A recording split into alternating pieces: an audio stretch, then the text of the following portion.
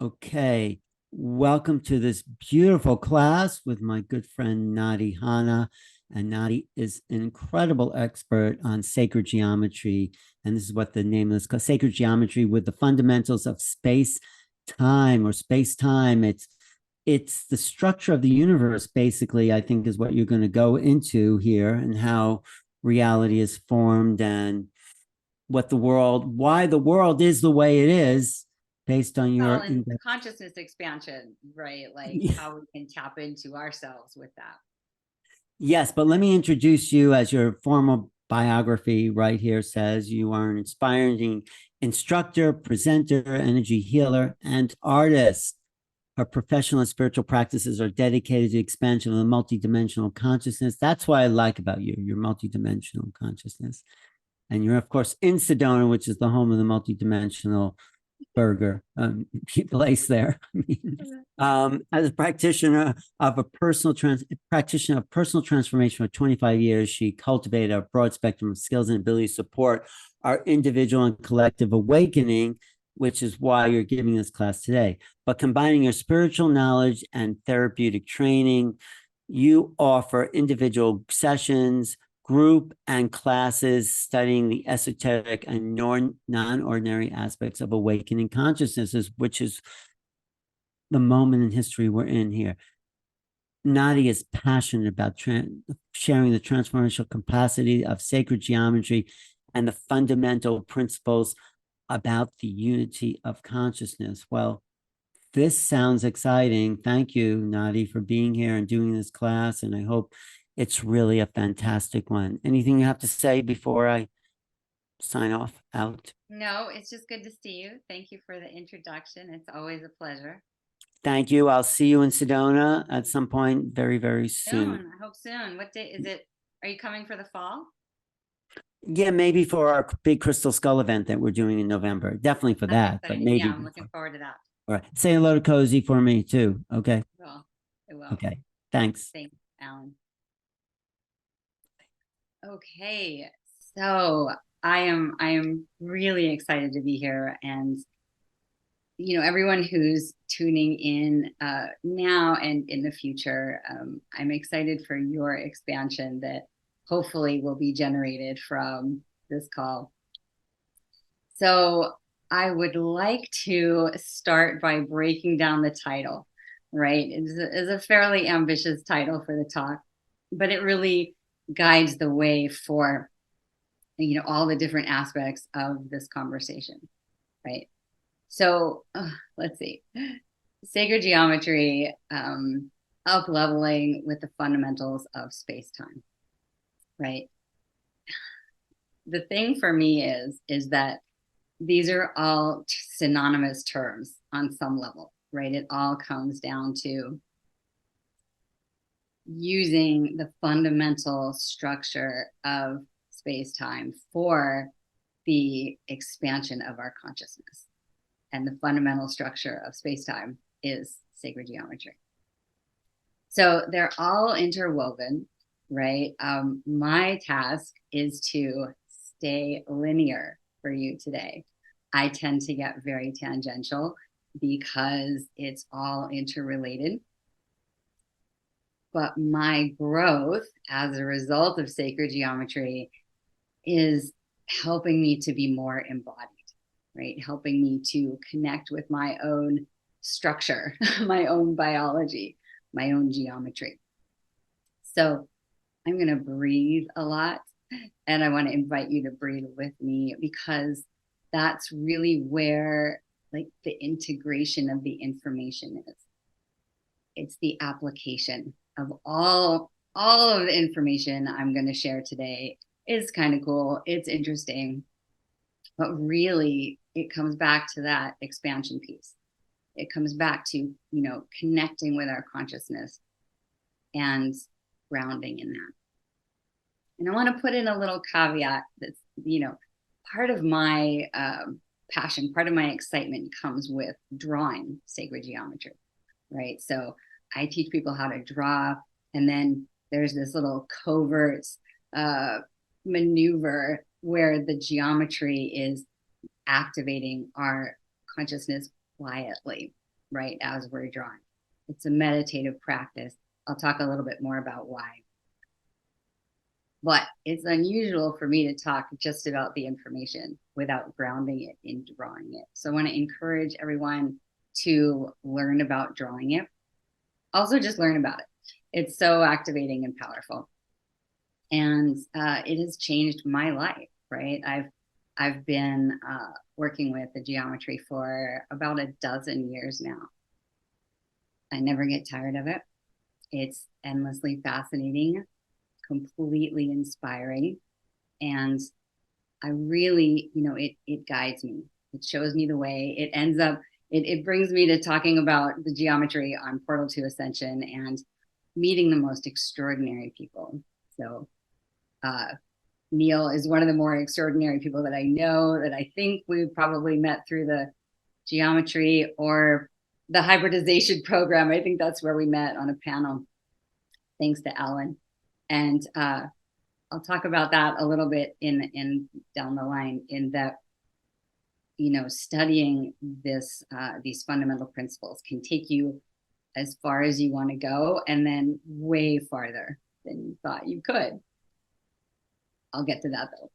So back to the title, right? We've got these synonymous words, but I want to break them down too. And part of the appeal with geometry, part of it, there's so many parts. Part of the appeal is that it's universal, right? There's geometry in everything. There isn't anything that doesn't have geometry. And so that does a bunch of things. Number one is it unifies us, right? This is part of the sacred aspect from my perspective. That when you begin to realize that there's a geometric pattern, that we're all geometry, and it boils down to mathematics and structure, it begins to break down the illusion of separation, right? You begin to realize the interconnectedness of everything. There's no boundary, and that we can begin to permeate that division that's been programmed in our construct, in our matrix.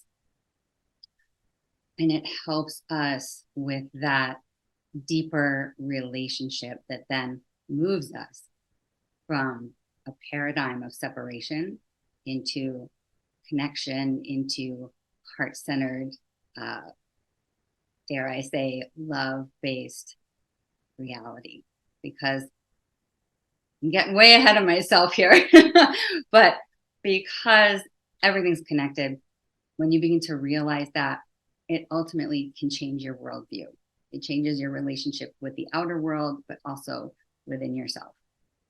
So it's very, very powerful. All sorts of ways to look at it as sacred. Right? I'm going to keep talking about these things all throughout. I do have a PowerPoint to anchor some of this information with slides and cool images, but keep in mind that, all of it is information that on some level we're familiar with, right? This is part of our subconscious. It's, bringing our awareness into the things that we already know, that connect us. And it's about remembering.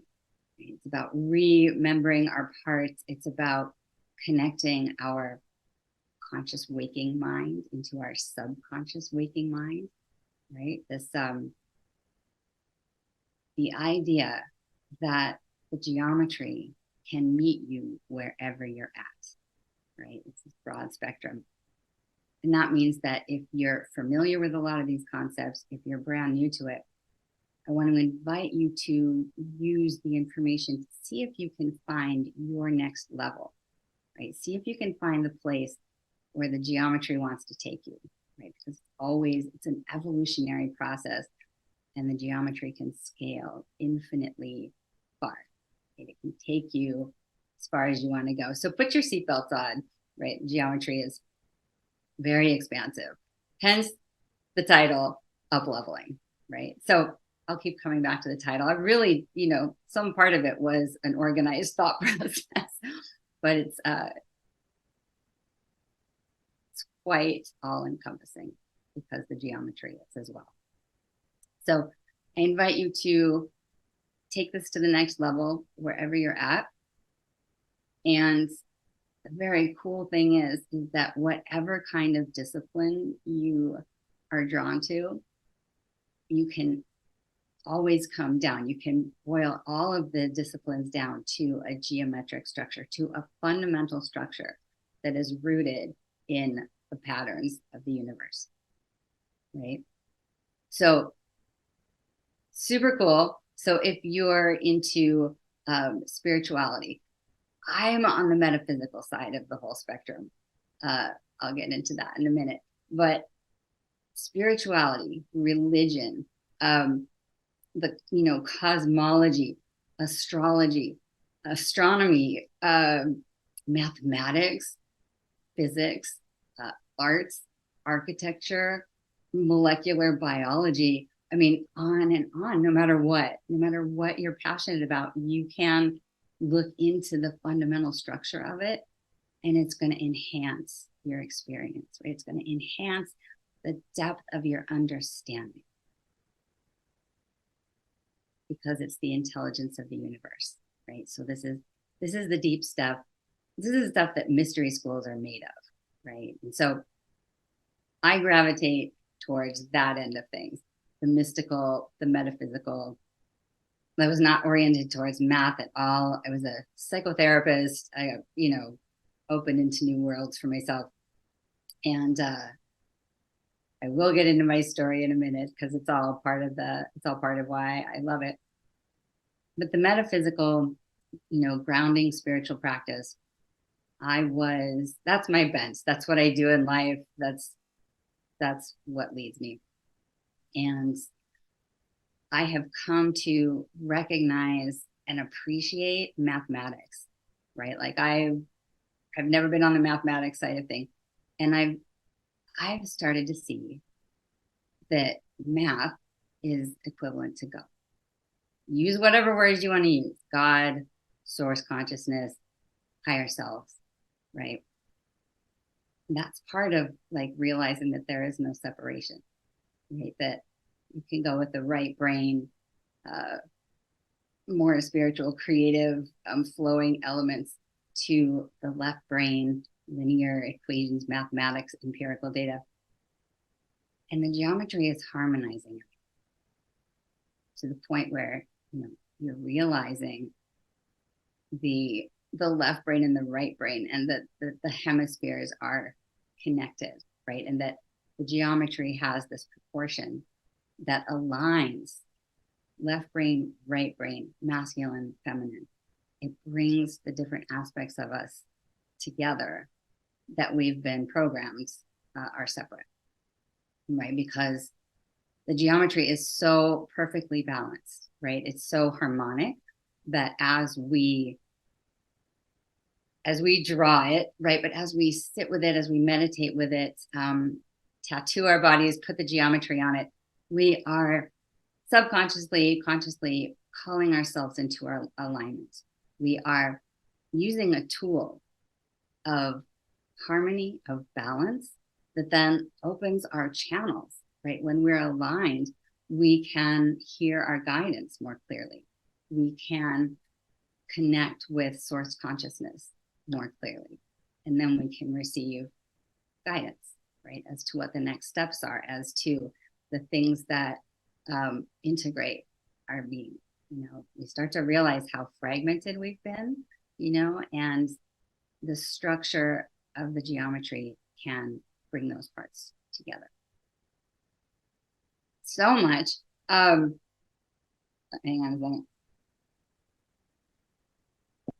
This is a great moment to pause and breathe.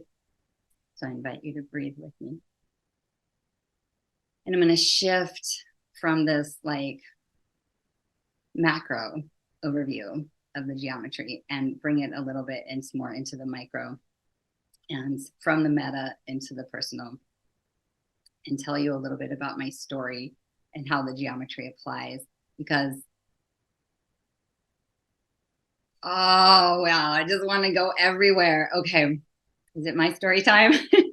I think there's one other aspect that I want to bring in that I get really excited about, which is the study of infinity, right? I've just recently started to get into the concept of our infinite nature, right? And I just tapped into that because of the macro, right? And this direct relationship of the larger and the infinitely smaller, and how the geometry can scale, right? We're going to look at fractalizing shapes, and it brings all of that meta information into the personal and the individual, right? So the sacred is that it is so large and all-encompassing, and then directly related to the individual journey, our cellular structure.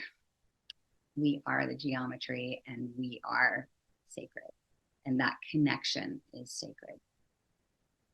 And it's also appealing and so enjoyable, and that's what hooked me, right? That was the appeal, is it felt good.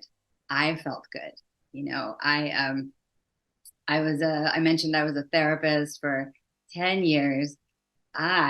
This spiritual metaphysical being, I worked on an inpatient psychiatric unit, and it was very intense, and it was a blessing because I was with people in transitional states, and that's an honor. And I consider it an honor because of my spiritual practice. I mean, I've been working on myself for 25 years. So to sit with people in transition, to sit in sort of the void, if you will, to appreciate that potential and that discomfort, it helped me appreciate having a structure even more. So I left from that world of like, oh, here's a paycheck. Here's, you know what you're doing. Here's Monday, Tuesday, Wednesday, and you know where to go. And so I just knew, you know, the world of mental health was limited. It serves a purpose, but it was painful. And I wanted to go towards health and wellness and like an integrated reality. So I completed my tour of duty, right? I graduated from that part of my life, did a lot of healing, and then left into the void of anxious infinite potential, right? And I immediately discovered sacred geometry, and immediately started working with unified physics. Nassim Haramein and a lot of his unified field theory informs a lot of what we do. And just as a note, this isn't going to be physicist oriented, right? This is pretty much, as you can tell, the interpersonal. We're not going to be talking about like thermodynamics and the holographic mass of the universe. Stay on target. So I was exposed to all of these really brilliant concepts, but the thing that got me was the geometry. And I started drawing it compulsively. And I didn't know why. I just knew that I felt better, right? And so I moved from this world of being a therapist and having a structure into all of a sudden being an artist and simply needing to be around the geometry. And at the time, like I said, I didn't know that it was creating that sense of alignment. I knew that I was being guided. And at the time, I didn't know that the geometry was part of what was guiding me. I just did it. I was just drawing, wanted to feel better. Ultimately, had an art installment, had many pieces of work, started realizing the world of expressing geometry, started learning about it, kind of fascinated by it. People wanted to know about it, and I wanted to learn and teach. So I started to teach, and I was in Portland, so the community college was so cool. I was teaching how to draw sacred geometry at the colleges. And once you're immersed in the world of geometry, it will suggest that there is more, right? You start learning about, you know, more dimensions than this one. So that geometry study took me to an off-planet, on-planet, off-planet study of geometry, which was crop circles. And if we have time at the end, and I want to move along here, so I'm kind of getting lost in my story. I want to look a little bit at crop circles. Neil and I were actually just in England chasing the crop circles. It's one of my passions. I've been studying that for a long time because of the geometry, right? It's this universal language, this universal structure. And I believe advanced civilizations are giving us these messages, encoded in geometry to help with our evolutionary process, the up level of our consciousness, right? So started with sacred geometry, moved into crop circles. And of course, the question then is, who's making the crop circles? Started connecting with advanced civilizations, started understanding myself as a multidimensional being, started connecting with myself and my off-planet selves that are working and being of service in other galactic star systems, understanding this universal consciousness and that we are one tiny incarnate expression of source consciousness here on the planet to be of service to our ascension, to our transition, right? I have this natural predilection for transitional specialist, right? And so I like to share my story. I like to go a little bit into detail because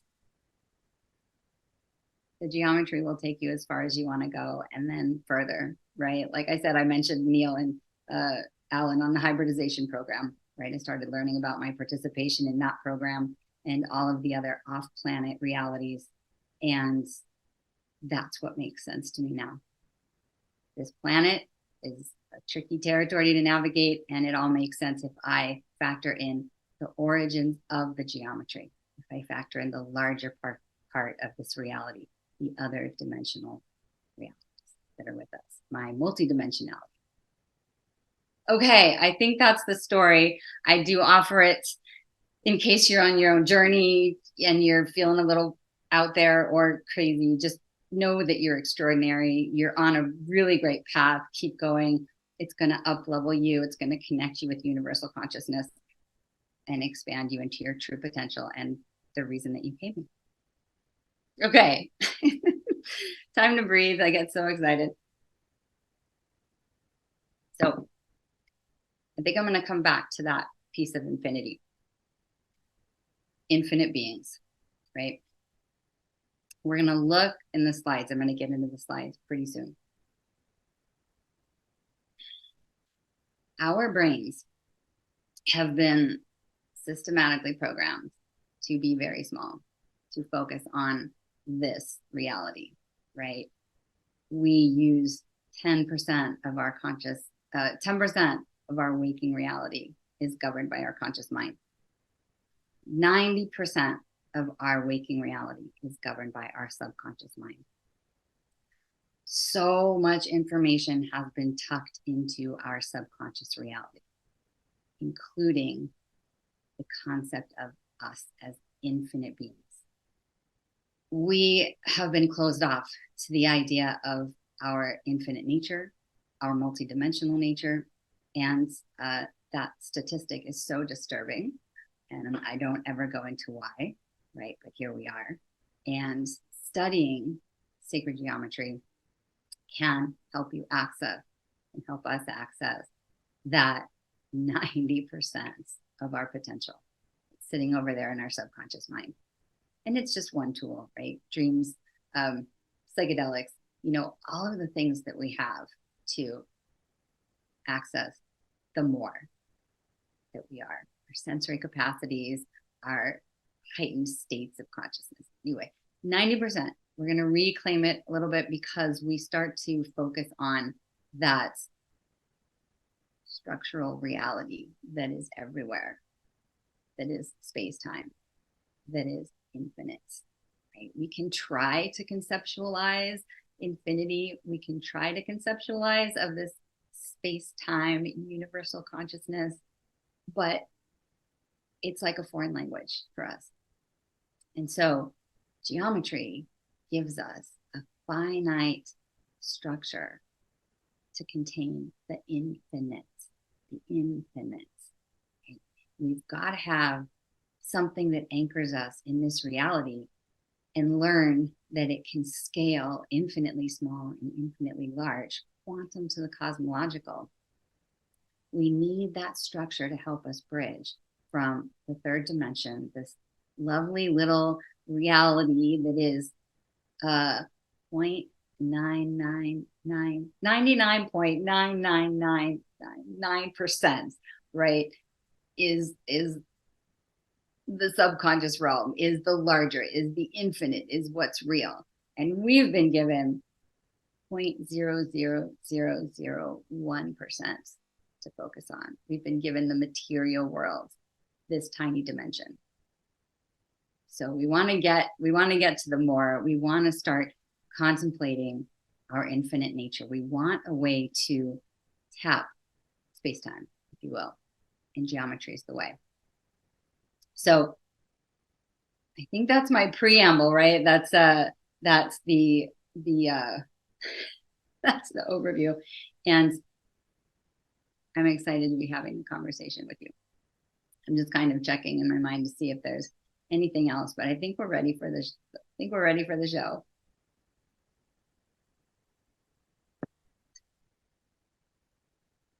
Yeah, I think we're going to go into the geometry that helps us bridge the finite into the infinite. So we'll touch on a couple of shapes, and I've been really getting into the phi ratio. So we're going to dive in with that. And I'm going to bring some slides in that sort of illustrate what I've been talking about. So we're going to get into the phi ratio. Oh, I hope I can share. Oh man, I hope I can screen share. Yay. Okay, great. So, right. Here we go. Slideshow. One of the things that I like to keep in mind is that we're moving from the invisible to the visible, right? The geometry bridges us from the unknown universe to the known universe, right? Which is part of the connection, part of the bridge, right? It's bringing us into wholeness. Right? So the beautiful phi ratio, right? This infinitely spiraling shape and pattern.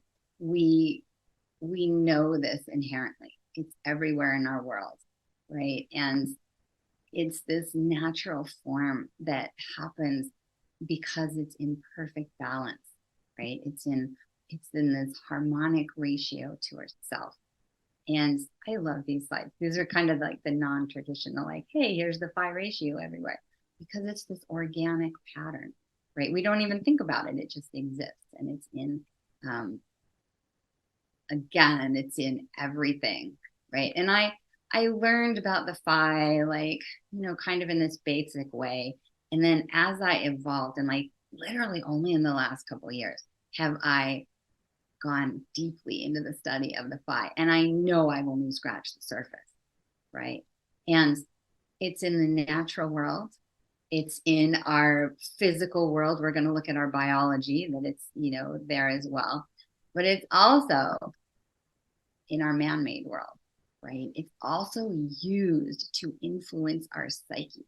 I'm not going into that at all. I'm just going to make that point, that beginning to work with this ratio, with this harmonic pattern, is going to connect you to how it's influencing you and how it's being used to influence you. Because it's, when something is so in balance, and when something is so harmonic, it is truly powerful. And that power can be used to create galaxies, give the structure of the universe, manipulate our psyches in that 10% of our, waking reality. It's talking archetypal structure.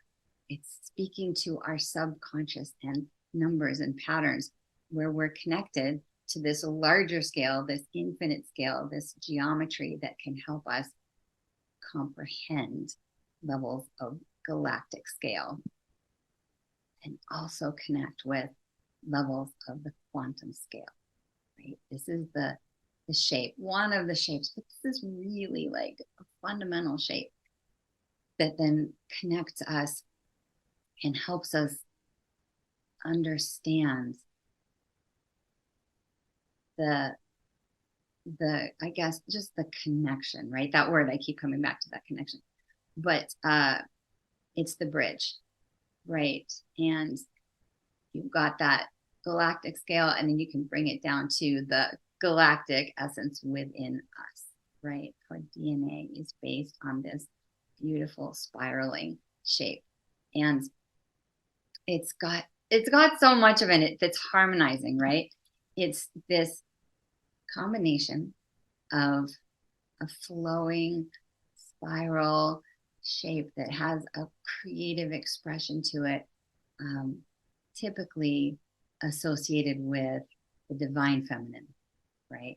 And then you've got this linear, structural, mathematic equation, commonly more thought of as like the divine masculine, right? The left brain and the right brain. So you've got, it's like a full package. You've got everything. You've got the harmonizing of divine masculine and the divine feminine. And we're on the spectrum, wherever we are, gender identity, it's all in us, that divinity, that genderless divinity. And then we've got the balance, right? The balance that's created when we align that male and female principle, when we align the right and left hemispheres of the brain, it creates that harmony. It creates a harmony that never ends, the infinite nature, right? And that's been really comforting, that piece that it never ends, it's predictable, and it's always the same. It's infinitely the same. It's a structure that holds all potential and all possibility in that balance, in that harmony. So we've got this shape. I mean, we're not even going into the proportion of 1 to 1.618, right? There's so much in this shape. We're going to go into the unstructured flow, although it's kind of a structured flow. And we're going to look at the Fibonacci sequence, right? Which is this beautiful mathematic equation.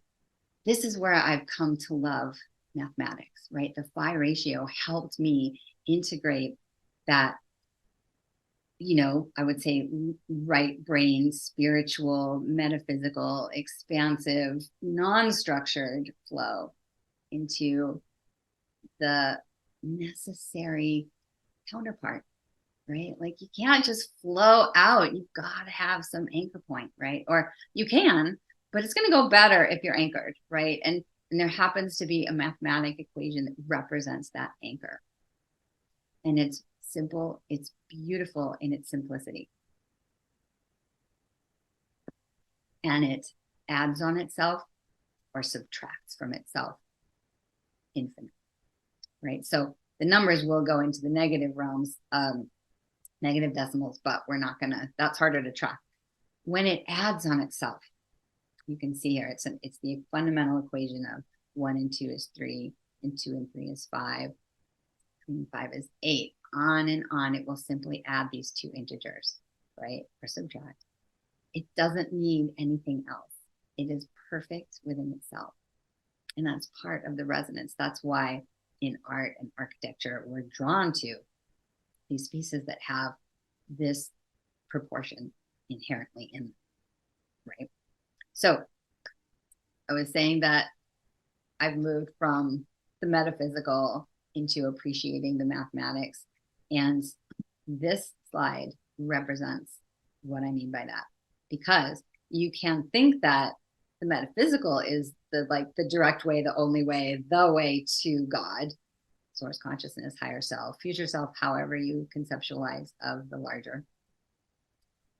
You can think the metaphysical is closer, but I have started to find closeness to divinity in math, which I never thought I'd say, but this slide represents why, right? So phi ratio, here's that phi equation. right? We read it, we're going to read it across, right? 1 and 1 is 2, and 2 and 3 is 5, and on, and it will just go on to infinity. 89 plus 144 is 233.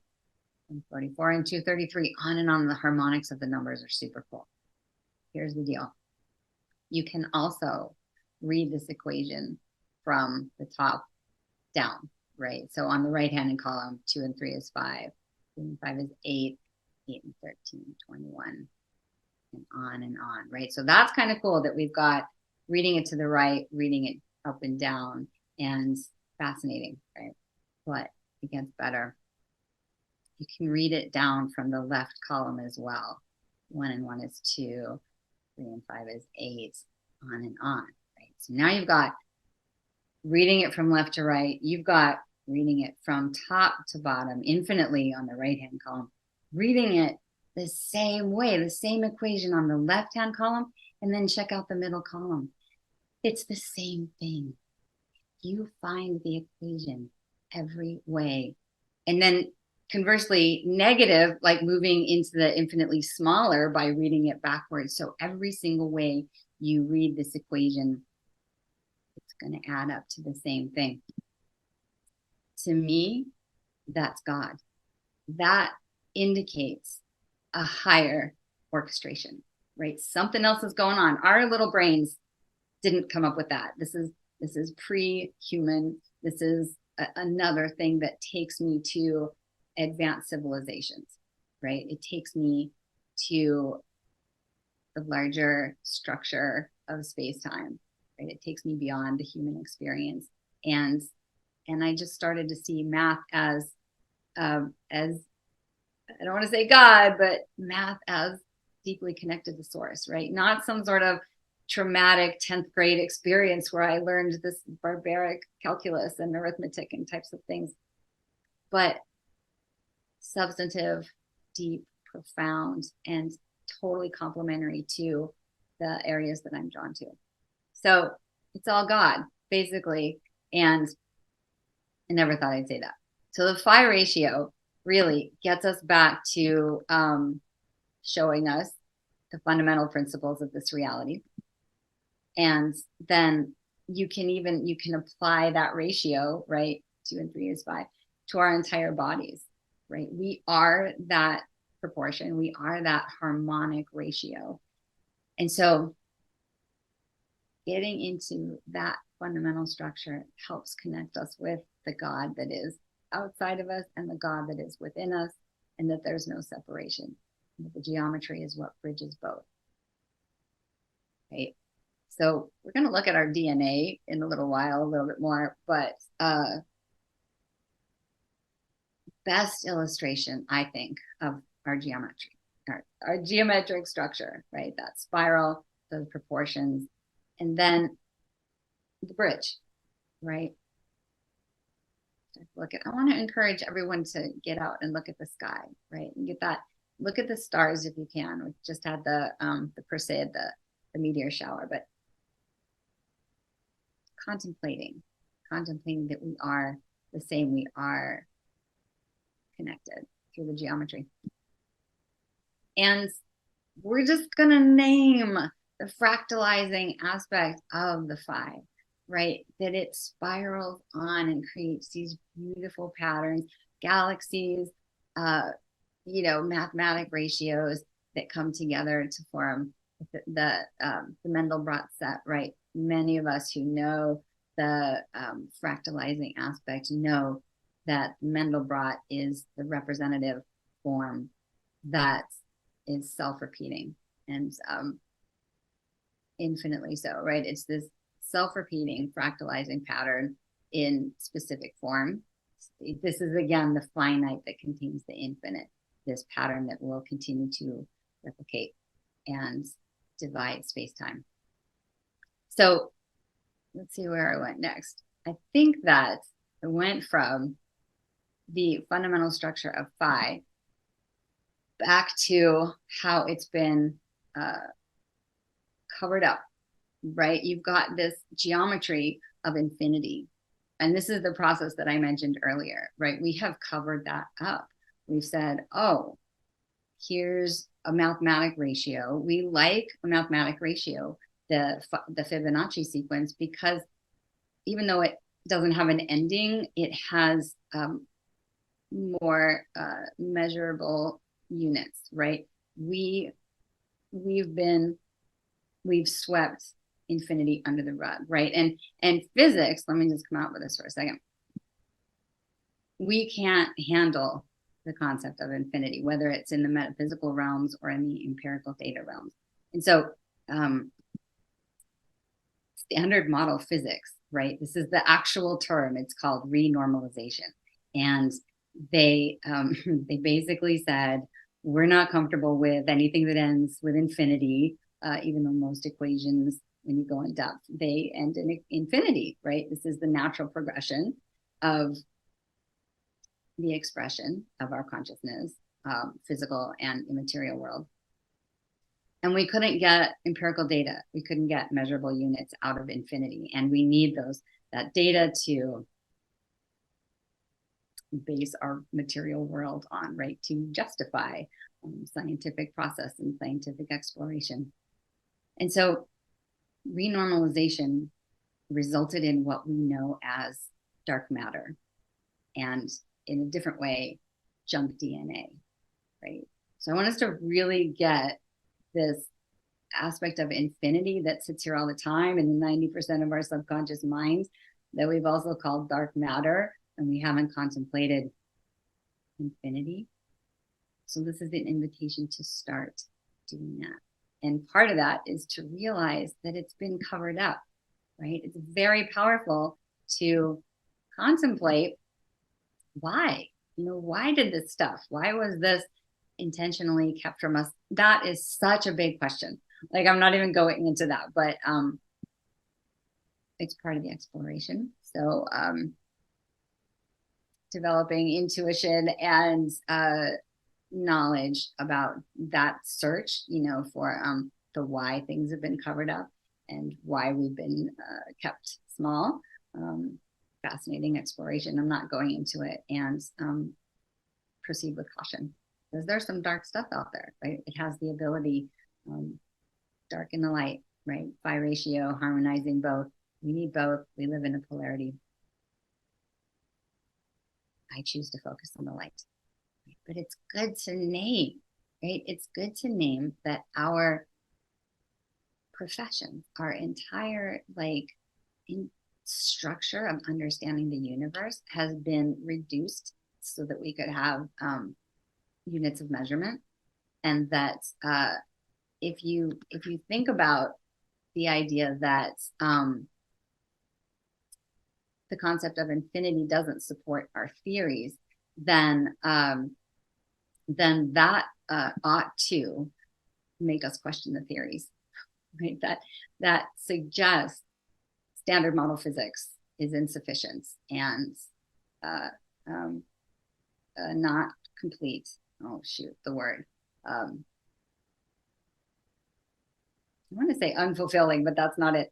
But we need a new physics, right? We need Nassim Haramein and a bunch of others are on the cutting edge of creating, unified physics, right? Where it's not this reductionist, inaccurate, illogical almost platform. Like you can say that all of our the structure of our reality is based on falsehoods, false assumptions, and false equations, right? And you can even go to E = mc², right? Like, bless his heart, right? Einstein was onto it, but that he didn't finish. He wasn't able to complete his work in terms of proving actually what energy is, proving mass, proving space-time, right? He came up with the equation, but we don't even have evidence, serious evidence. Like, we think, oh, I know what mass is. It's this material world. It feels real, but there's no equation to substantiate it. Same with space and space-time. Like, we're working well to quantify these things, and we thought we did. But to begin to say, what if we haven't? What if we've been off? What if we've left out dark matter? What happens when we bring it in? How does that change the equation? How does that make energy? How does that change energy when we move towards really defining it? Like we could move from this idea of limited energy sources, right? Scarcity, right? This idea that there's not enough energy, right? If you start to define it differently, if you start to find an infinite source, right, that changes everything. Could liberate humanity, could liberate our consciousness, could help us begin to tap the nature of infinity again. It's super cool. I'm totally turned on my infinity. So anyway, re-examining everything is not very comfortable. So if we just stick with a geometric structure, we can start to go, oh, there's more, there's a lot more, right? So, all right. So we've created equations that help us support the theories that we came up with, right? But really, we don't have the ability to conceptualize of infinite infinities, like infinite infinities. All right. So space is it's quantifiable in terms of the geometry. We know that it has a geometric structure. Buckminster Fuller, Max Planck, like there have been genius minds that have explored the structure of space-time. And the basics that we can start with are the phi ratio, that beautiful spiral we see everywhere. And there's another pattern that we see everywhere. You can see it in this background, this hexagonal lattice work, right? We're going to look at a lot of the tensegrity that comes in the geometry, the flexibility, while also being firm and structured, right? So our natural world knows this intelligence. It's organic. It's a default to create geometric structure. And the hexagon is a default because it is the most efficient way of packing information. There is no space lost when you connect hexagons, both on a 2D plane as well as the 3D plane, right? It bends and there is no loss of space. So we have the intelligence of honeybees. Prayer for the bees. We pause and just say, thank you to the pollinators. We don't exist without them. They're based in a hexagonal structure. And we'll also say thank you to the water because we don't exist without it. We do not exist without water, which has a fundamental pattern, a hexagonal pattern, right? So connecting with the phi, connecting with the hexagon, understanding these larger structures is part of breaking down the illusion of separation. Okay? And that takes us to sacred geometry, right? And that six-sided hexagon, right? The seed of life, that is literally the seed of all geometric pattern. I'm blown away year after year by finding out again and again that that is literally the germination point. It is the seed point for every single geometry, right? It leads us into the flower of life, which is infinitely fractalizing pattern, and connects us on the meta as well as like our biology, right? The seed of life literally mimics the first moments of conception for the human form, right? It is our biology. The phi is our DNA. The seed is our cellular structure, the geometric representation. And we see these things on a 2D level, but they're multidimensional. Right?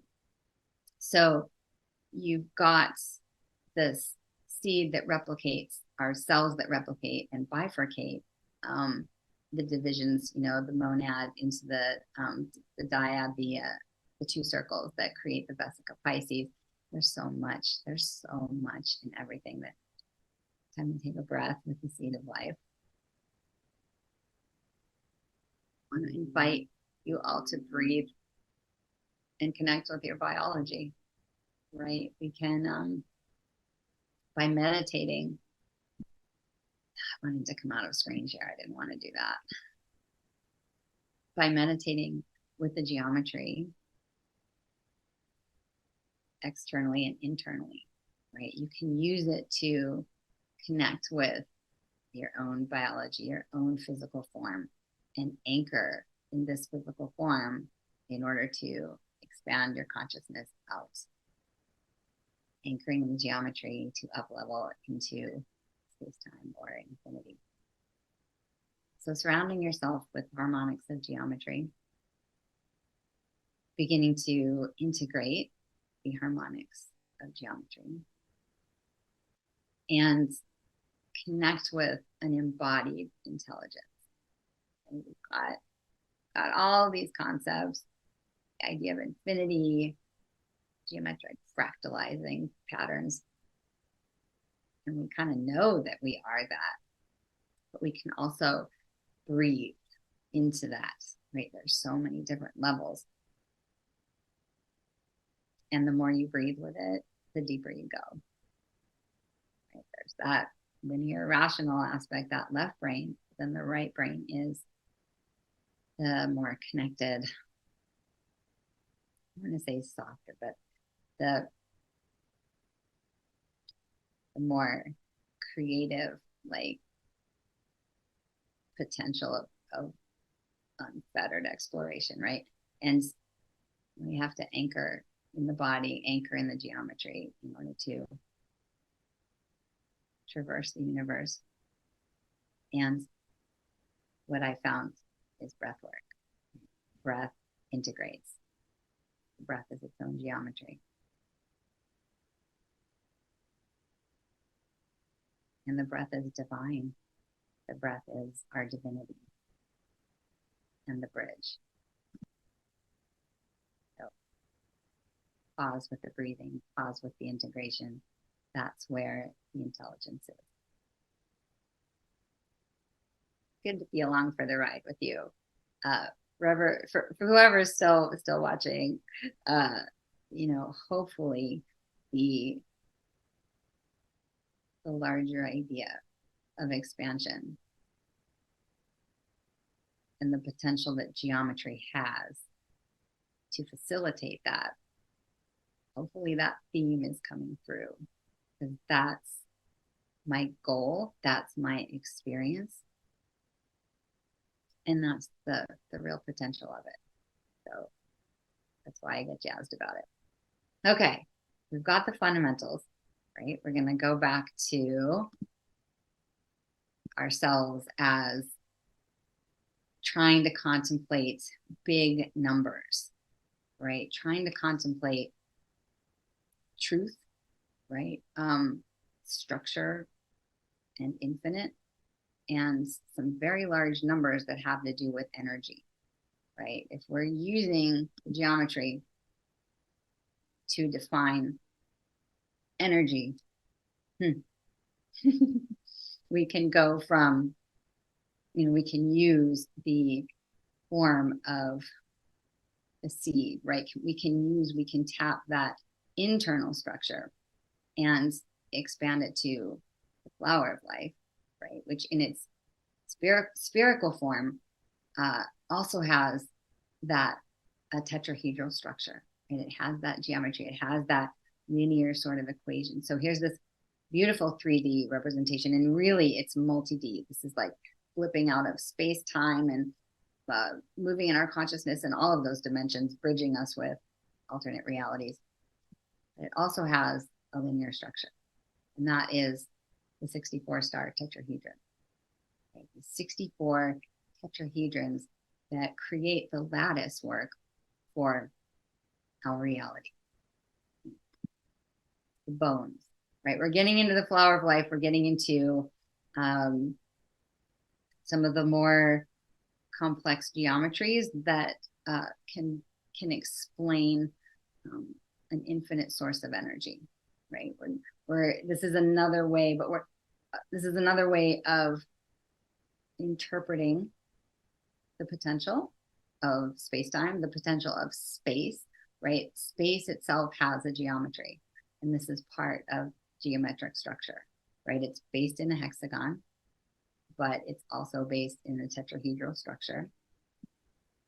That was the 3D version. This is the 2D version, right? So it's this beautiful interwoven lattice work that is part of the field, right? It's part of the quantum field where we are all connected, right? Beyond the physical into the conscious, right? We can take this structure of our conscious waking mind into the quantum consciousness of that 90% of the subconscious mind, and we can bridge the two, and we can begin to move in the connectivity that is represented through the geometry. And I'm a big fan of Nassim. I'm also a big fan of Adam Apollo. They're two really genius pioneers in understanding the structure of our reality, understanding that there is a fundamental principle that is solid and yet flexible at the same time. So vibrational tensegrity is when the structure holds and is also permeable, right? Maintains quantum information, maintains an Akashic record, but also flexes with infinite potentials, right? Infinity of potentials, right? The Akash that holds all that ever has been, all that will be, and all that is. It has a structure that can then flex. And that's one of the space-time principles, is that there is vibrational tensegrity. Based in vibration, geometry is the manifestation of vibration and frequency. So within the 64 star tetrahedron, we have the fundamental star tetrahedron, right? And you can break this apart. What we're getting to is looking at the center of the 64 star tetrahedron, because it's got a very important capability, right? So I'm just going to break this down. This is a small video from Nassim Haramein, and it just takes apart the star tetrahedron in a lovely illustration. And we're just going to glimpse it.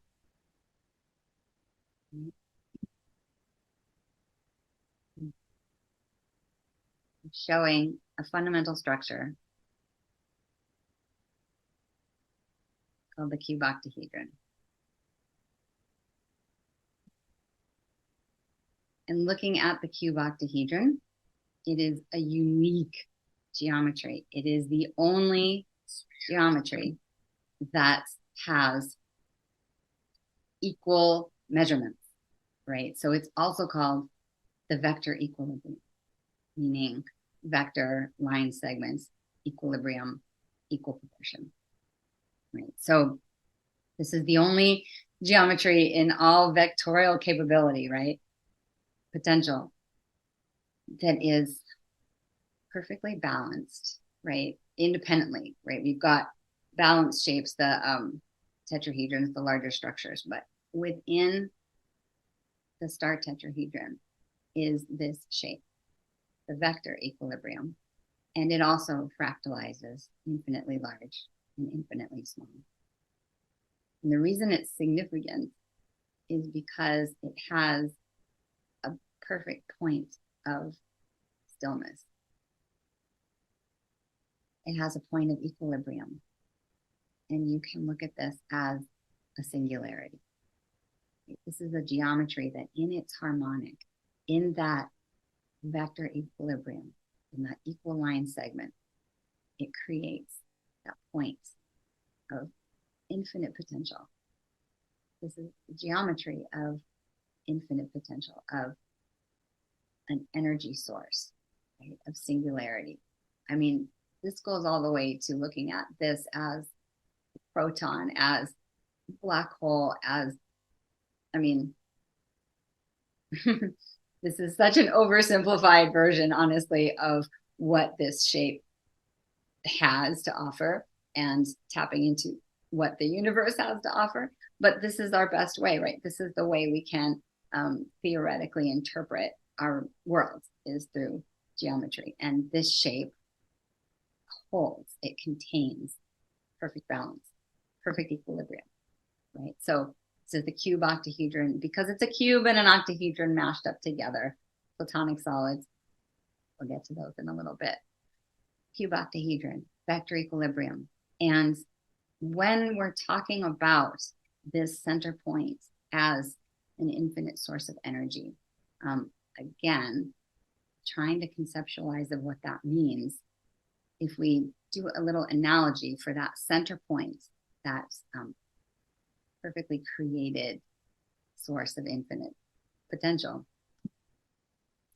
we can think about our reality as if we're trying to measure space-time, right? We've got this, if we could condense our known universe, to try and conceptualize of, like, that's the biggest thing we could imagine that contains energy, right? Is the whole universe, quasars, pulsars, galaxies, I mean, on and on, right? All of this known and unknown, like yet explored horizons of space.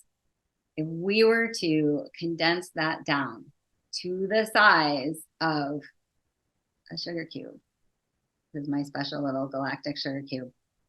If we were to condense the entire energy of the universe into a cubic centimeter of space,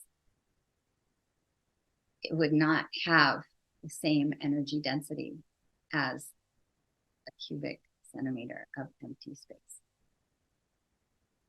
It all has to do with the vacuum density. There's some really cool quantum physics behind it. But basically, all of that is to say, if you have like the cube octahedron and this center point that is just a moment in space-time. I mean, this is huge compared to the quantum levels where the energy actually exists. This is our brains using geometry to grasp a structure. The amount of energy in this amount of space. Are you ready for it? We really can't. It's hard for the brains, these numbers, right? But the amount of energy in that amount of space, the energy density of the universe, if you were to compact it to the size of this sugar cube, cubic centimeter, it has 10 to the 55th, right? Like, we can't get it. There's no way for our brains to understand that amount of zeros and what that means exponentially, because we can't quantify our universe to that degree, right? We can try with some numbers in the Hubble telescope, but that's the entire universe compact. But the energy density in that single cubic centimeter of space is 10 to the 93rd, right? It's almost double the amount of energy that is in our entire universe, in that tiny point of singularity, right? So much energy. When you start to work with the vector equilibrium, you're starting to tap an understanding that geometry can get us to infinite sources of energy, right? And infinite sources of energy outside of ourselves, but also within ourselves. This is the macro and the micro. This is energy density outside of us, where space has a geometric structure where we can access that energy. But it's also energy density within us, right? And that we too have infinite source and infinite capacity. And this is the place where point of stillness that we seek in meditation, the chi, the life force, this is the structure, right? This is one of the structures that represents that potential, right? That infinite potential within us, right? This is our ability to harness our own consciousness, right? And how powerful that could be, and how powerful we really are, very cut off from the true potential. And so beginning to sit with that geometry, beginning to enhance the understanding of that point of stillness and what accessing it can do, the way it could liberate us from the restricted forms that we've been told that we are. We're talking about geometric structures that are able to expand and contract and connect us with the infinite as well as the finite. That's the vector equilibrium. I don't know where we're going next. Right. So vector equilibrium, we saw the two-dimensional grid of the 64-star tetrahedron. This is what it looks like from the 3D perspective. Right? And again, that's the best effort we have to conceptualize that these shapes are alive, that they are part of the flexible structure. And that means moving flexibly from this dimension into other dimensions. And that it can be part of the bridge where we start to understand how to move in simultaneity in parallel universes and how to connect with ourselves that exist, other aspects of ourselves that are part of our oversoul and they're part of the larger consciousness, right? So this shape, get excited. This shape is part of how we understand our vastness, right? That seems strange to go, oh, this little shape is part of how we bridge our realities, literally. Yes, precisely. So we've got that sort of cosmology, if you will. And to just point out that that's sort of this meta picture, but then also there's like a fundamental connectivity in how we understand the world, in how that geometry shows up, right? We don't necessarily walk around seeing a 64-star tetrahedron all the time, right? We may be living in that infinite energy potential. But the way it shows up is repeating patterns in the fundamental ways that we understand our reality, right? This brings us back to our DNA, right? 64 codons in our DNA, 64 hexagrams in the I Ching. 64 is encoded throughout our understanding of reality. Biblical interpretations, Hinduism, all sorts of modern technology, right? Geometry represents and is directly related to the ways that we've structured our understanding, as well as how we've related to each other, right? The I Ching being this fundamental cosmology of understanding the human essence, right? As well as the DNA, right? All of these 64 codons that literally create our physical reality, our biology, our emotions, the tangible, the intangible, our character constructs. Like you can work with these codons to create, to slice or dice, to generate certain traits, certain attributes of the human consciousness. Like this stuff is profound. And we're talking about 64 codons, 64 star tetrahedron, 64 hexagrams in the I Ching. Like there is something going on. You know, again, this is part of the larger picture. Like who did this? What is this? Right? This is larger, right? You look at the manifestation of 64 everywhere. You got to suspect that there's a larger design, right? And that geometry is our way of understanding that larger design. It's our way of looking at the whole picture. It brings together the different religions, the different cosmologies, the different ways of interpreting reality. It's all going to come down to the bridge of geometry, right? So that is part of understanding, I'm going to say space-time, but that's not quite right at all. But part of understanding the larger picture, I guess. So we'll get back to the slides. But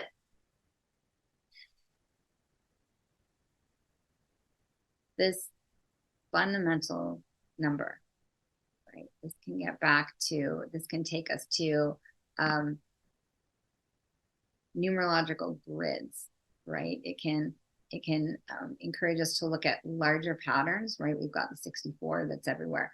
but we've also got the patterns of 9, right? And how if you study 3, 6, and 9, it's another way of understanding our reality through numerology, through geometric structure of 3, 6, and 9, and the interrelationship and how it's woven throughout every, you know, it's the same as some of the other geometries, right? The phi, just finding the significance and the substance of a structure.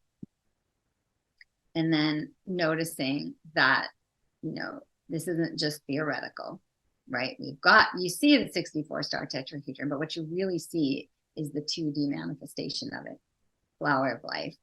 We also see it in spherical form in the 3D flower of life. But these concepts, this structure is woven throughout all the cultures. It's associated with sacred sites, with wisdom traditions. They are contained and held sacred by the geometry, right? My favorite is the Fu dog right here. The guardians of the Forbidden Temple in Asian traditions, where literally the Fu dog has a 3-dimensional sphere of the flower of life. And, you know, how did that happen? What is this overarching pattern where we see this geometry everywhere? 64 is everywhere. The pattern of 6. I mean, it's that when you start to open the door, and I know many of us know these things. And so the invitation is to take it to the next level. Where else do you see the geometry? How else do you incorporate it into your life? Where's the numerology? Like taking it to different levels, because it's infinite. So this is a quote by Adam, and this is, this is another way of understanding, of just bringing it all together, right? That every experience we have is essentially modulated through a particular geometry, which acts as an interface between consciousness and space-time, right? So the geometries are the bridge and the conduit, right? When we refer to geometry as sacred, we are actually pointing to the relationship between each of us and the whole universe. And this connection is revealed through shapes, which can help define our experiential spectrum of life. Adam's awesome. And he, he's great at explaining the interconnectivity and that we interpret everything through geometry. So you're getting the bigger picture, I hope. Maybe even getting turned on and tuned into some of the ways of connecting with the geometric structure, which is fundamental shape, the fundamental structure of space-time, right? And our infinite potential and how they're woven together. And I want to say just one more aspect, right? Just one more avenue, right? We can't talk about flower of life. We can't talk about it without, we can't talk about sacred geometry without mentioning Metatron's cube, right? So I wanted to add it. We've got the 64, we've got the vector equilibrium, and then we've got the platonic solids that give us our star tetrahedron. It brings us all back, like all of the geometry. It shows us a pathway for incorporating every single element, right? In this case, literally the 5 elements.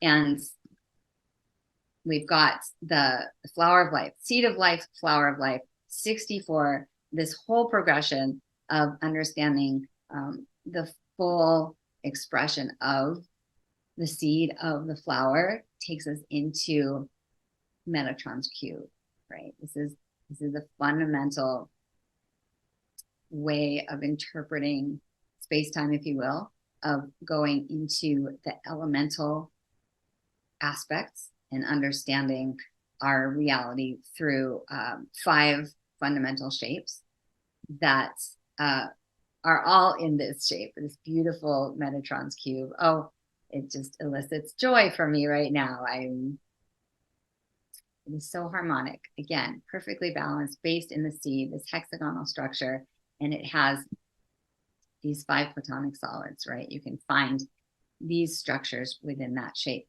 And these are ways of connecting with our physical elements, right? This takes us from all of that metaphysical through the geometry into the physical and the 5 elements. Part of the power of it is that it is the 5 elements, not the 4. Most of us learned about 4 elements, and that's part of the containment, right? This is another example of how space and the infinite potential of space was compartmentalized, and we were given earth, air, fire, and water, which is awesome. And you got to celebrate the cultures that brought in that brought in space. Chi in the Eastern traditions, prana in the Hindu traditions, chi, prana, energy, one more word, ether, right? In the scientific community, there's the swept under the rug, right? Ether swept under the rug into dark matter. It was a source of equations that ended in infinity. We didn't like it. So these 5 platonic solids, one of them represents space, which is cool. It brings it back into the picture. It helps us access that when our consciousness works with Metatron's cube, when our waking consciousness works with it, our subconscious, right, is getting really turned on, because this is speaking through shape and through geometric structure to the subconscious. It's bringing the element of space back into our awareness subconsciously. Like, we're just sitting there drawing Metatron's cube, getting a tattoo, and really we are activating the 5 elements. We're bringing the tetrahedron, the tetrahedron, which represents fire. Good sign to breathe, right? Where we can use the octahedron and the air to connect with our breath, right? Take a nice deep one.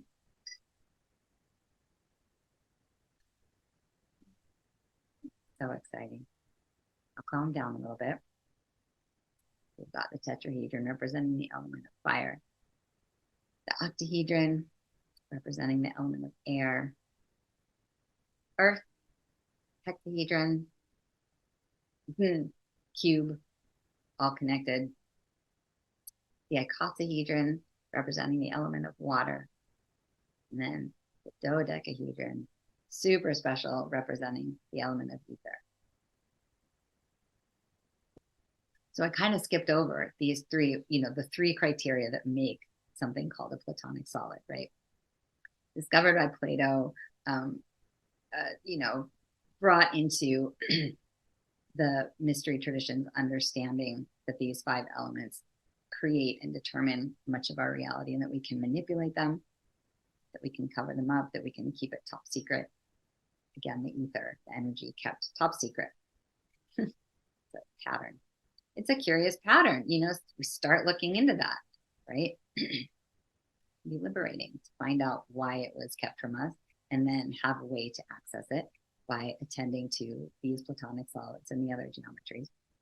Right. So the 3 criteria are that every internal angle in the shape is the same, right? So in the tetrahedron, all the angles are 60 degrees.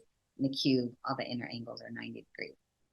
And there is some fascinating math, the relationship between 60, 90, and 108. And I want to encourage you to look into the math again. All the inner angles are the same. All the faces on the outside of the geometry are the same. So tetrahedron, octahedron, triangles, icosahedron triangles, and then dodecahedron, pentagons, and the cube is square. Oh, so simplified. There's so much going on in here. And the basis that's related to this talk is that it helps us access the subconscious parts of ourselves that resonate with these elements. The fact that we are these 5 elements, we are earth, air, fire, water, and space and energy. So you are harmonizing your system, harmonizing profoundly. And these 5 platonic solids lead us to the 5th. No, the 6th. So much talking. The 6th important shape, which is 2 tetrahedrons inverted within themselves. And they are called star tetrahedron, right? And they're also known as our Merkaba, right? So now we're getting into another pathway where the geometry can get us to access an infinite source of potential, right? Where this is a technology. What we're talking about is our light body, which is literally what we look like. It is the central pattern. It is the geometric structure of us without our spacesuits on. Like if we could expand energetically, we would look like geometries that are spinning and rotating, right? We would be this central essence that does not have the restriction of space-time, of the limited constructs of time and physicality. And we would be liberated into our divinity, our light, our ability to move throughout the cosmos, ability to tap the wormholes and show up as orbs in other dimensions and have a good time, right? Have a better time if you can play in the light body, play in other dimensions, in higher dimensions, right? And there's ways of tapping into that light body. This geometry isn't just like dangled in front of us. This is part of the clue of how to get to higher states of consciousness. And, you know, lots of techniques, a lot of these were part of the mystery schools, but Junvalil Melchizedek and the School of Remembering that incorporates all of the geometry has techniques for rotating, spinning the tetrahedrons, right? Divine feminine, divine masculine, again, harmonizing, using techniques to fire up our energy centers, right? Align our chakras, access those elements, right? Power of geometry is remarkable and accessible and available. Two synonyms again, but it is here with us. It is part of our blueprints. We have this. Each of us has it. It's, you know, connected to our DNA, also part of our auric field, light body. Like the geometry can take us into this more transcendental aspects of ourselves, right? Going beyond the physicality and using it, using the geometry, envisioning that we have a Merkaba, starting to understand that we have a light body, we have auric fields, we have sensory capacities, we have profound capacities to access other dimensions, other states of consciousness. And it's all in the geometry. It's all represented by geometric structure, right? And the structure helps us come into wholeness. It helps us access and turn on our physicality and our infinite source of energy within us that also looks like our Merkaba and this spinning, rotating, high vibrational essence of us that then connects with the larger infinite capacity of the universe. And again, you start to see why and how traditions or marketing or currents,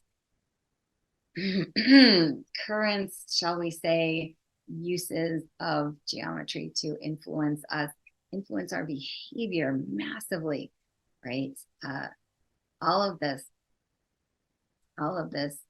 is an invitation to contemplate the larger. And it's one path to God, right? It's one path to source. And so many other traditions, studies,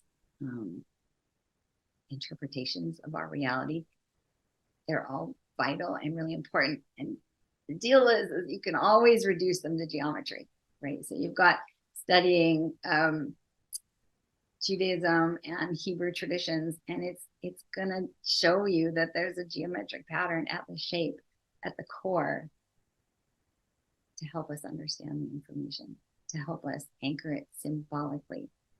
We need symbolism. We need finite structure so that we can expand. right? And up level, up to God, connect with source, connect with your future self, connect with other dimensional realities. This gives us the ability to expand into things that we haven't been able to comprehend before. I think I have one other little bit that is part of my other passion, because the geometry that we can understand it on planet is connected to off planet, as I mentioned.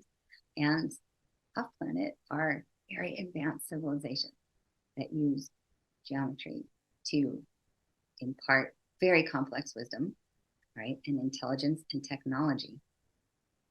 Geometry can hold all of it, right? It's fundamental, universal language, math. And so connecting with advanced civilizations, higher dimensional beings, and the guidance and support that they have to offer us, you can use the geometry to do that too.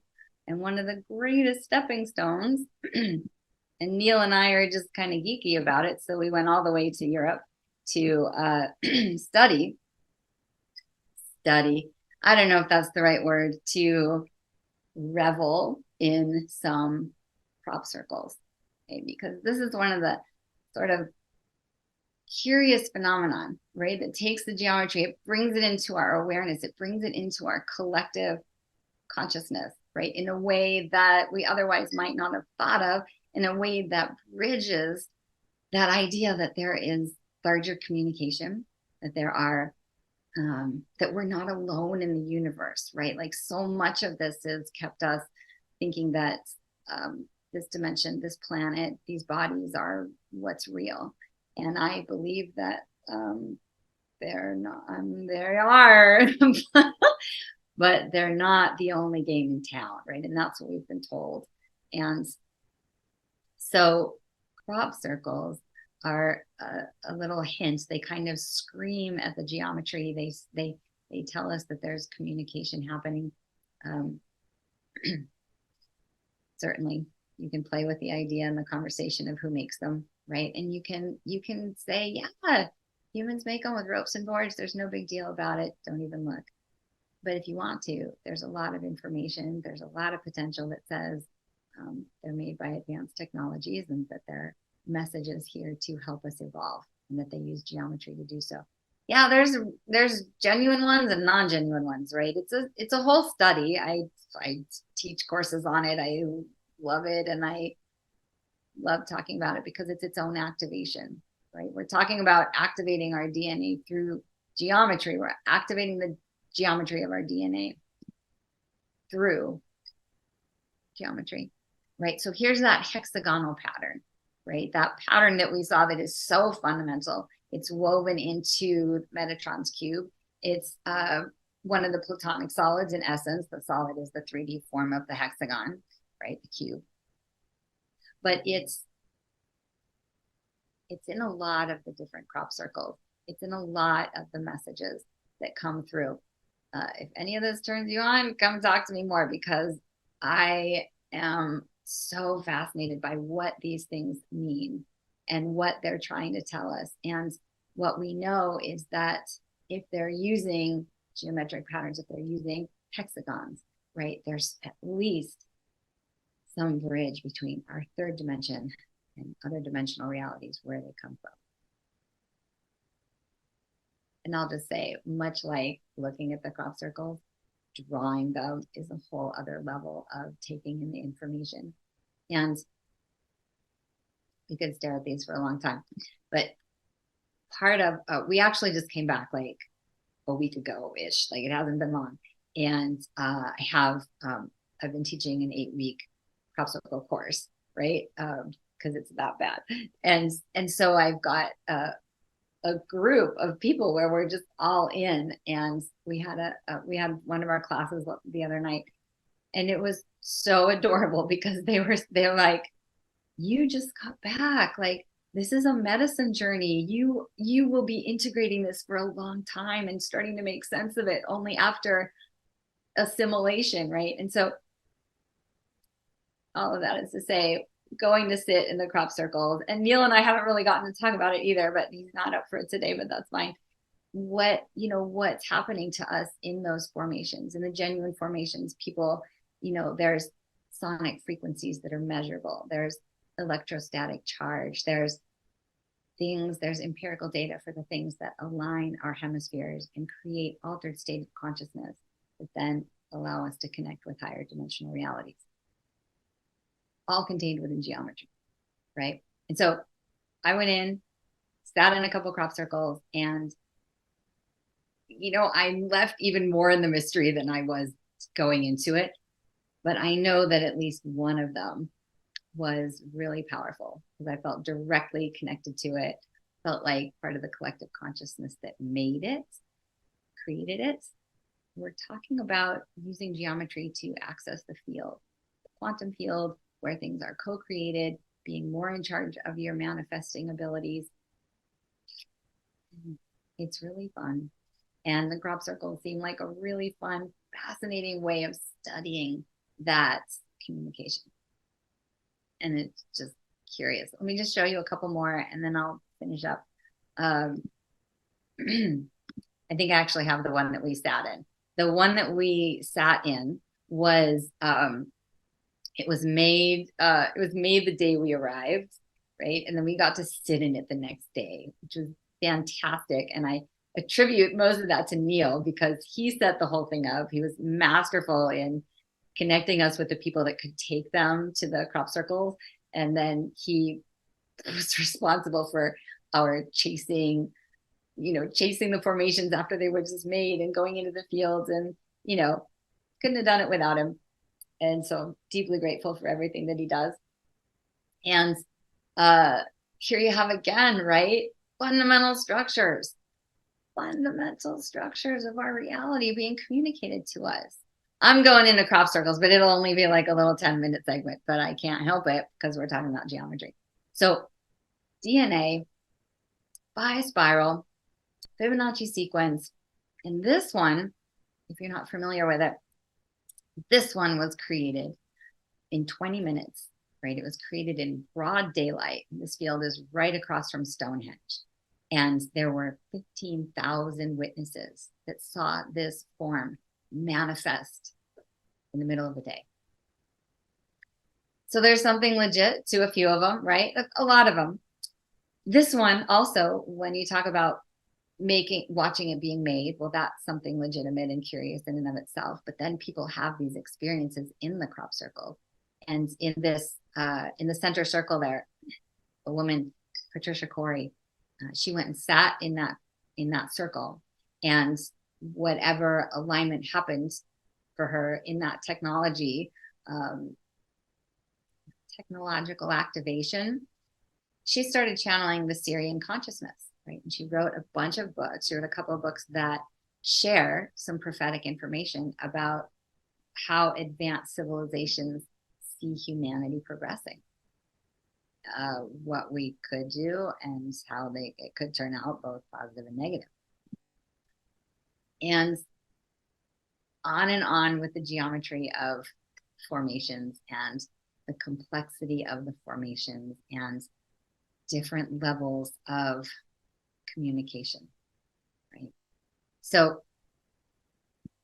there's all the details, it's been happening for decades, thousands of crop circles. And Foster Gamble, in his movie Thrive, the original one back in 2010, he has a whole segment on crop circles, right? And he took the crop circles from the 2D into the 3D, which is part of the communication, right? We see them as these 2D forms, but really they're moving in our fields, they're moving in the collective fields, and they have photonic light codes that are interfacing with the photonic light of our holographic DNA through encoded information. If you want to believe that, not cool. They're just a bunch of designs that are human made, nothing exciting to see. But if you'd like, just like the geometry, infinite potential. And they're a lot more fun when you think that they're made by advanced technologies that are here to help humanity evolve, right? I mean, I'm going to keep it calm. There's a couple more slides, but you know, the SETI program in 1976 sent out a message, right? This is the famous Arecibo crop circle, and I don't have it with me. I'm just saying in general, we sent out a message to space. 27 years later, we got a matching response, right? We had sent out information talking about our solar system, our molecular structure, our binary code, and we got matching information. I mean, they contain information, and a lot of it is through the geometry. Let me just show you a couple more. I think I have the one that we sat in. So infinitely fascinating. This is the one we sat in, right? Day after it was made, and it was so much fun because there was the crystal skulls in the center of it. There was everybody like in circles, prayers, channeling the energy, sending up positive intentions for various needs, various aspects, various places in humanity, the planet, sentient beings everywhere, sending prayers. And so I got to sit in this one, right? And I only know it because it's the only one that doesn't cross a tram line, which I don't know that was significant, but I was really drawn to this one. And so this is a 9-fold geometry, right? 9, 9, and 9, right? It's always going to reduce to 9. So 9 and 18 and 27, it's always going to come down to 9. I mentioned earlier, 9s. It's a really powerful study in terms of interpreting fabric of space-time. Again, all related. All related. And lastly, I'm just going to say the harmonic is so beautiful, and you can break it down to the flower of life. Right? You wouldn't think so. You wouldn't look at that crop circle and say, what is going on? Well, oh, there's the flower of life. The flower is the 6-fold geometry. You don't see it in here. But when you understand the geometric structure, when you understand the underlying pattern, and then it's everywhere, I can look at this thing. I've been drawing the flower of life. I know how to break all of the geometries down and all the polygons, 5, 7, 9s, 8s, and all of the tesseracts and all of the fabulous geometries. I can look at this and go, I know how to draw that, right? So, but it's based in the seed of life. Again, germination point of everything. And then you expand to the flower of life, right? And then you bisect the flower of life in a certain way that gives you the 9-fold geometry, right? So it's 3 rings, 6s in the hexagon to find the pattern, and then 9s, break it down, form a sequence of reducing the size of the spheres that is related to each other, and you get that crop circle. Right? And so working with the geometry, working with the crop circles, like I love talking with people who get this stuff too, the people who are turned on by it, because it's an infinite capacity, right? It's the potential for us being turned on and activated to our true potential, to our multidimensional nature, right? Like you start to see everything through that geometric lens, and you go, oh, I can access that more easily. I can study that. And it builds on itself after years, right? It builds on itself in the wisdom and the intelligence, and it is such a rich study.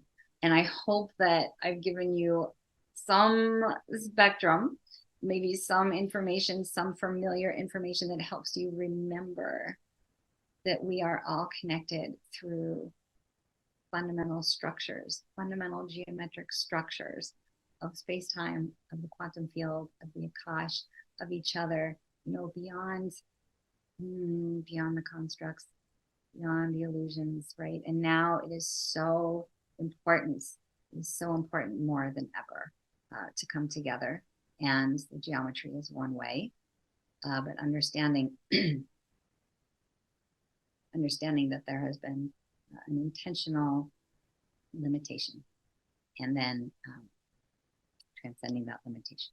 So up-leveling through fundamental structures of space-time, which are geometric in nature. And we've just gotten two screens, and I'm clearly winding it up. So I don't know if somebody just came on to say goodbye, or if I should just wrap up and tell you the other things I'm doing, because I'm doing a lot of things. But should I, is anybody hopping on before I plug myself and all the things I'm doing? Is that Alan or Neil? Can you hear me? Yeah. Yeah, no, that was just a mistake. Keep going. Just a mistake. Keep going. So let me just tell you a couple of things that I am doing. The offerings that I that I put forth, and actually just recently, like, because I teach a lot online, we're going into the fall, and it's just a really fun time to fire up with classes. And as the days get shorter, you know, there's more time in the night to study and to learn. Right. We're finished with the summertime, and hey, Lori, so good to see you. The new classes that I've got, Lori is in, she's done a couple of things. She's doing the 8-week crop circle course right now. And I offer that course through a platform called LightNet. It's Zenka Caro's platform, and she is doing such great stuff with contact and getting data for measuring the sort of paranormal or non-consensus reality phenomenon, right? Check out our site, lightnet.org, lightnet, and I offer the 8-week courses, and those have turned into 12-week, and just a great community that geeks out on crop circles. So see me if that's one of your passions and you felt isolated in it. That's Zenka's work. And then I also teach a 10-week sacred geometry course, right? So drawing a lot of the shapes that we looked at today, but also a bunch more, and, you know, learning the metaphysics, learning about all this stuff more in depth, and then drawing it, which really anchors the information. That's the complete activation, right? Meditating with it, breathing with it, drawing it just shifts. It shifts your entire perspective, right? New neuroplasticity, new neural pathways, experiencing the alignments of the hemispheres of the brain just by drawing, creating an altered state of consciousness just by drawing harmonic proportions, learning about yourself. And, you know, my, 18 years at this point of facilitating groups. And so the drawing and this group process and coming together with people that have a clue that there's more going on, it is so powerful, and it's so validating, and I love it. I love what I get to do. And so I offer drawing classes, I offer a bunch of series, but then most everything that I do is in service to us turning ourselves on to our multidimensional nature, right? Like all sorts of different roads to God, to our multidimensional selves. And that also includes communication with whales and dolphins and advanced civilizations in general, but whales and dolphins are so accessible. They're so beautifully available to us, and I'm deeply connected to them.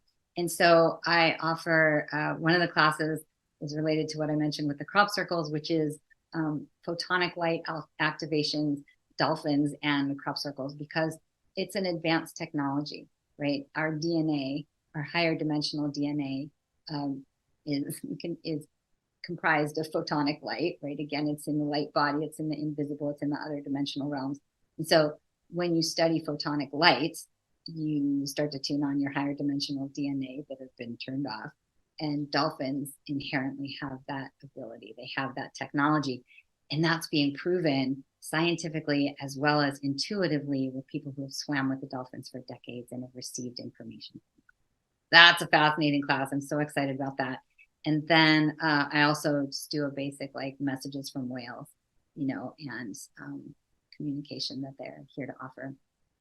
And I will just, I think, add one last thing, which is that I've been very connected to the whales and dolphins over in Maui, and how they must be experiencing this sort of very large collective shift on islands, and lots of prayers going out to all of the experiences right now that are shifting our worldview, deconstructing what we thought was working, and building up, you know, setting us up to build future structures that are beautiful and balanced and harmonic.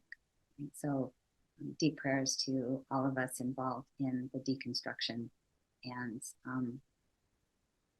prayers for kindness, prayers for balance. And it's been really an honor to be here with all of you, and right now in the future in the vortex of space-time. And I think that's it. Thank you to all of you saying hi in the chat, and get in touch with me for more, and stay connected to Portal to Ascension for more, because Neil's okay. Oh, my website. Just say that. I'm so bad at this. I'm learning this. So my website is galacticrosegeometry.com, and I've got all the new classes on and all the registration links.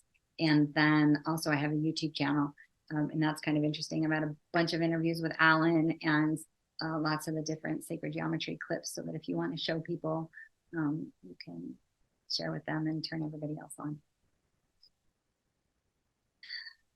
Okay. Thank you all. Blessings to you. And I'm gonna hop off. It's nice to see the thank you. So appreciate you all being here. Bye for now.